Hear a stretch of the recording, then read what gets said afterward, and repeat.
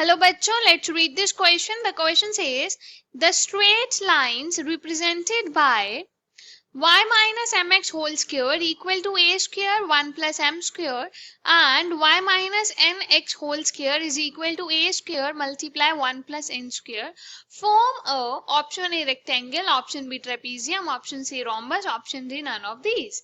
इस क्वेश्चन में हमें दो लाइंस दी हैं, मतलब ये पेयर ऑफ लाइंस दिए हमें और हमें बताना है कि ये जो पेयर ऑफ लाइंस है टोटल मिलके 4 लाइंस बन जाएंगी। ये वाली लाइन से क्या फिगर मिलेगी, रेक्टेंगल, ट्रेपीजियम, रोम्बस या none of these.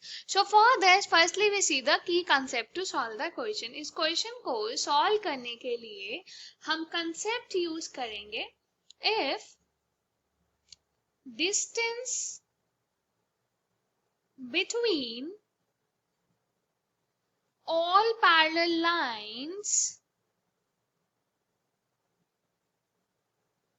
is equal, अगर डिस्टेंस सारी पैरेलल लाइंस का इक्वल है then quadrilateral is either square or rhombus. But हमें स्क्वायर के लिए एंगल्स भी चेक करने पड़ते हैं, लेकिन अगर हम यहाँ से देखें पैरेलल लाइंस के डिस्टेंस से, यहाँ तो वो स्क्वायर होता है, यहाँ वो रोम्बस होता है। I will give you the example here. अगर हमने ये ड्रॉ की एक फिगर लाइक दिस, ये हमारे A B C D point है, इसमें अपोजिट साइड्स पैरेलल हैं, तो अगर मैंने इन दोनों पैरेलल लाइन का डिस्टेंस देखा और इन दोनों पैरेलल लाइंस का डिस्टेंस देखा और वो डिस्टेंस इक्वल आ गया, तो दैट मींस ये वाली फिगर या तो स्क्वायर होगी या फिर रोम्बस होगी। और यहाँ पे हम कंसेप्ट यूज करेंगे, अगर हमारे पास दो पैरेलल लाइन है ax plus by equal to c1 and ax plus by equal to c2, तो इन दोनों के बीच में डिस्टेंस क्या होगा? So distance between parallel lines is equal to modulus c1 minus c2 divided by square root of coefficient of x का square plus coefficient of y का square। इस concept को use करके क्वेश्चन को सॉल्व करेंगे। Question is of easy level, let's start solving the question.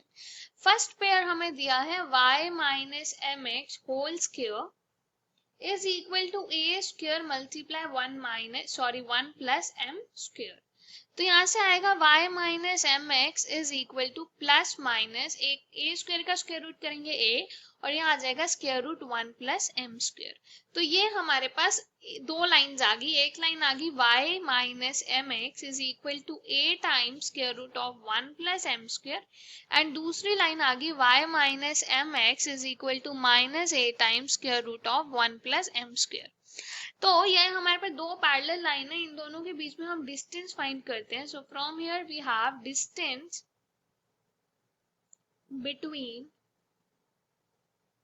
Parallel lines is equal to कितना आएगा, यहाँ से c1 है a square root 1 plus M square minus और फिर एक और माइनस आएगा तो प्लस हो जाएगा a 1 plus M square and divided by square root of coefficient of x, वो है हमारे पास माइनस m का स्क्वायर m स्क्वायर हो जाएगा प्लस coefficient of y 1 है, 1 का square 1।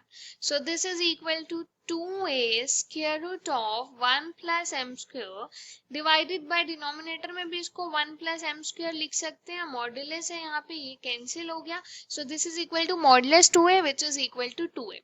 I will write it here, this is equal to 2a। तो इन दोनों जो लाइंस हैं इनके बीच में डिस्टेंस कितना आया, 2a आया।